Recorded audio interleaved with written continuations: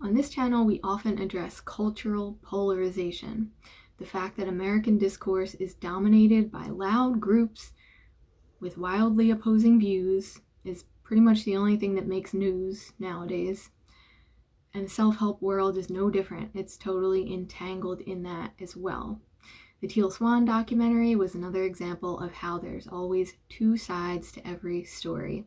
The documentary claimed that Teal was a narcissist, a manipulator who lied about being abused, and even her former friends and boyfriends came out to say that they were horribly traumatized by her. Meanwhile, on her channel, Teal released a series of long footage clips of her events that basically showed that the documentary was spliced together in an unnatural way to make her look like a lunatic, basically. Now, the Twin Flames Universe group is yet another example of how there's two radically different sides to this story. If you watch the documentary, you know one side of that story really well, which is that the group is a cult, the leaders are abusers who need to be stopped or even put in jail, and it's a very open and shut case. Everyone in the show agrees these people need to be stopped. So when I first saw the documentary, I totally assumed the same thing, but knowing what I know about media, I thought I'd restrain my judgments, which was painful for me, and I decided to look at this group in more detail. So I basically looked at their website and their YouTube, and really nothing stood out as abusive or like a red flag or not even really a negative vibe, aside from it just being sort of a lot of spiritual hippie talk and angel numbers and stuff like that, which is not really my thing, and I'm kind of averse to that stuff.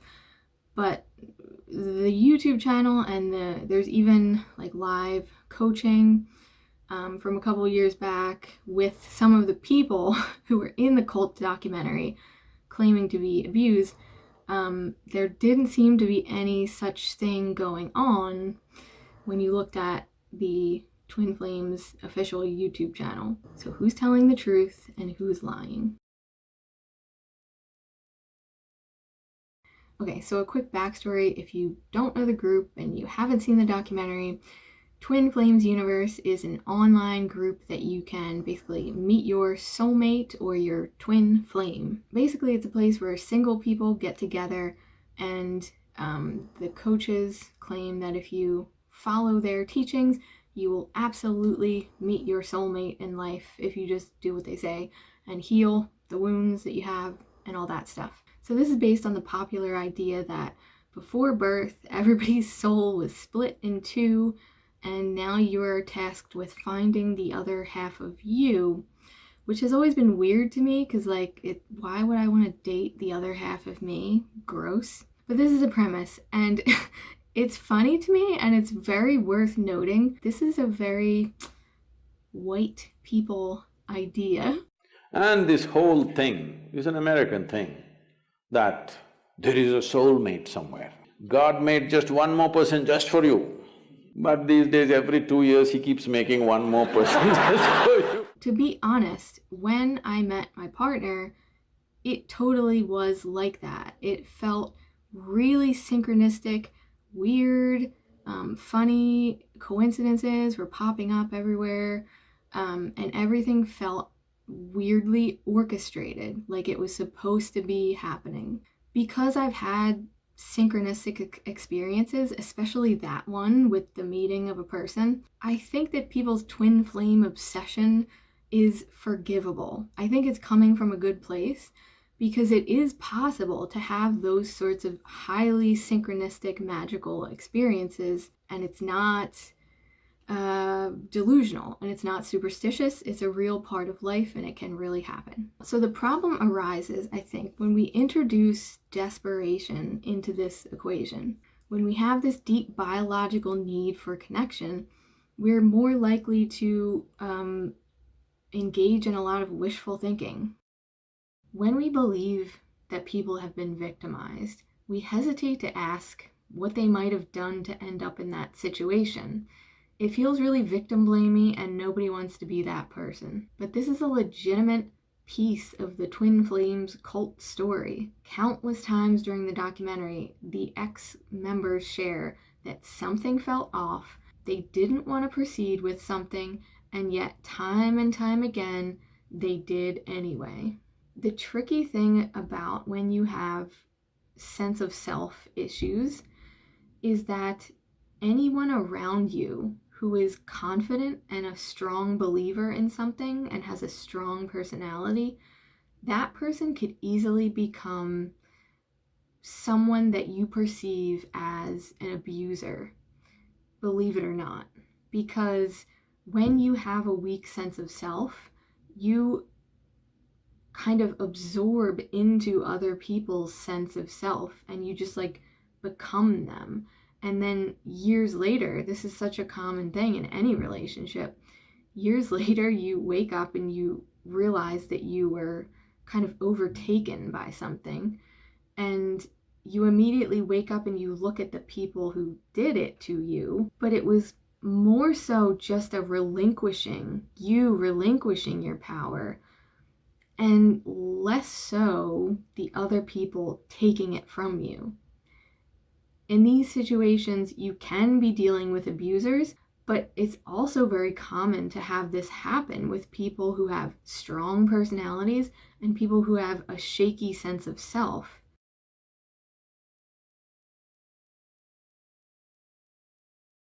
Are you upset or something bothering you? Do the mirror exercise. Step 1. Identify the upset.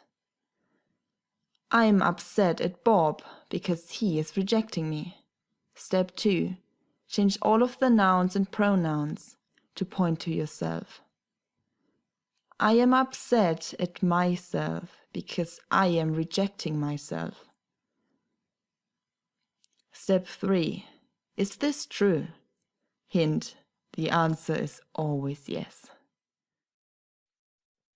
Yes, I reject myself because I always tell myself I don't deserve love. I am doing this to myself, what Bob does to me. Step 4. Give yourself the love that you need. Go within to meet that part of you who feels upset. Ask what it needs to feel loved and give it until that part is satisfied.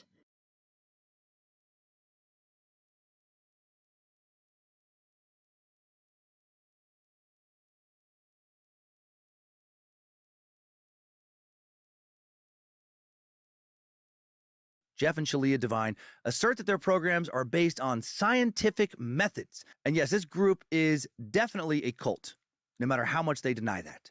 Twin Flames universe ideology seems to mostly be based on the concept that if anything isn't working out for you, it is entirely your fault.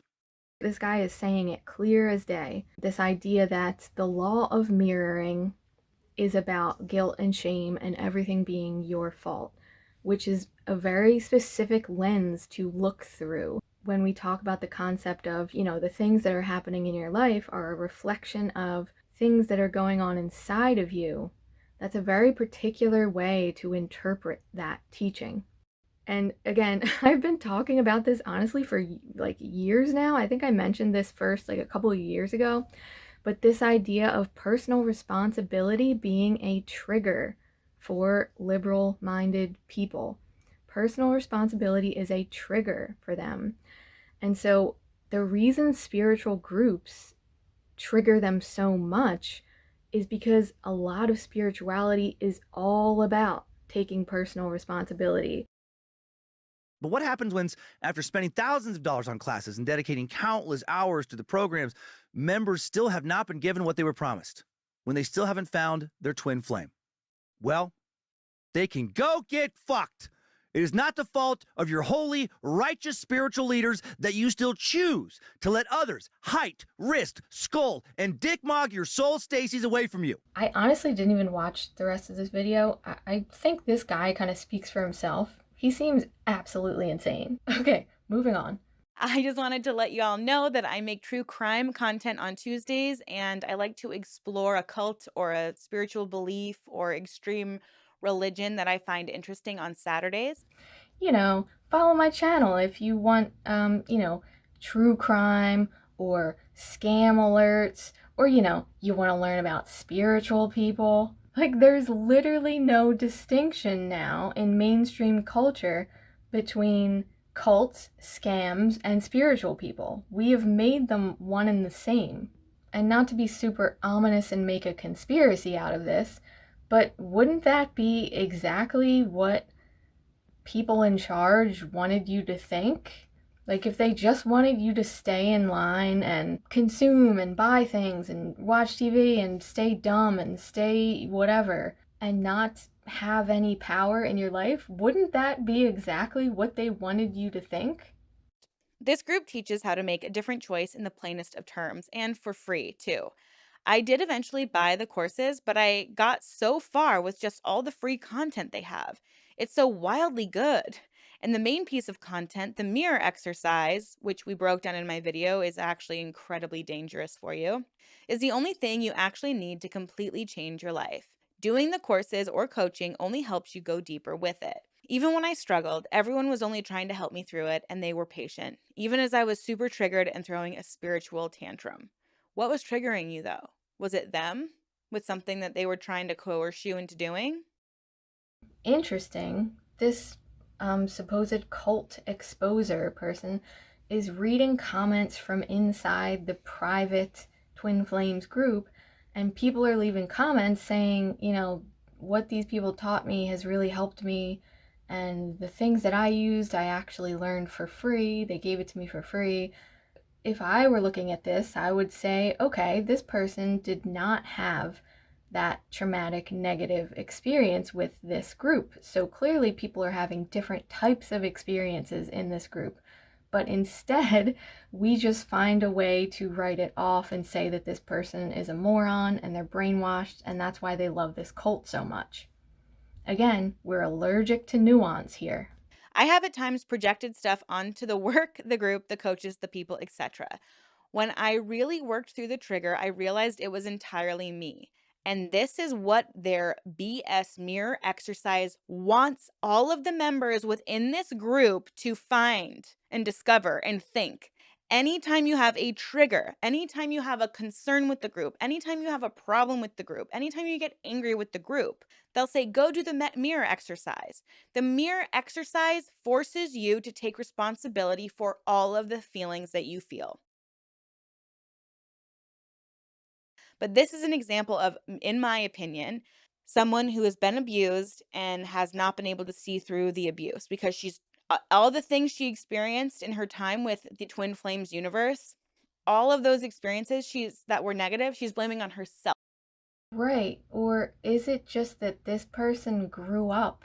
Is it that this person finally drew back in their projection and learned something and grew, and they stopped projecting and being triggered? Isn't that what growth is? Why are we calling growth a cult?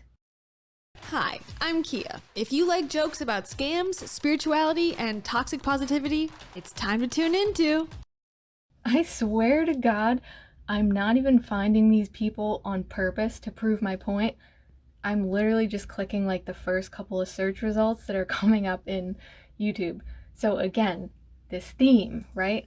Scams, cults, spiritual people. Let's chat about it. So I'm including this person because they're literally just live streaming and people are sending them money. They're just gathering money, sitting here making fun of this supposed cult.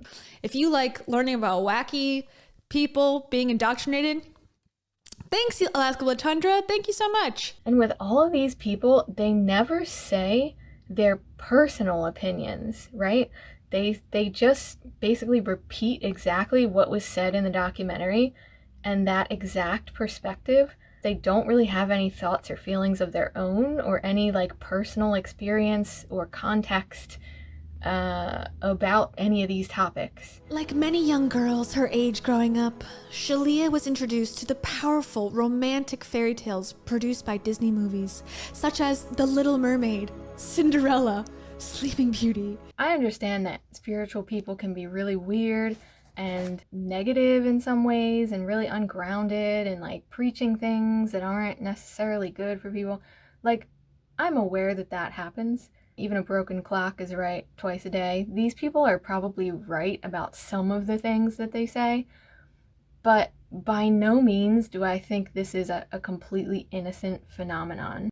Knowing how media is created, the fact that you can watch one thing on TV and then immediately go onto the internet, get on your high horse, and, completely defame these people who you actually know nothing about in concrete reality. You have zero experience with them.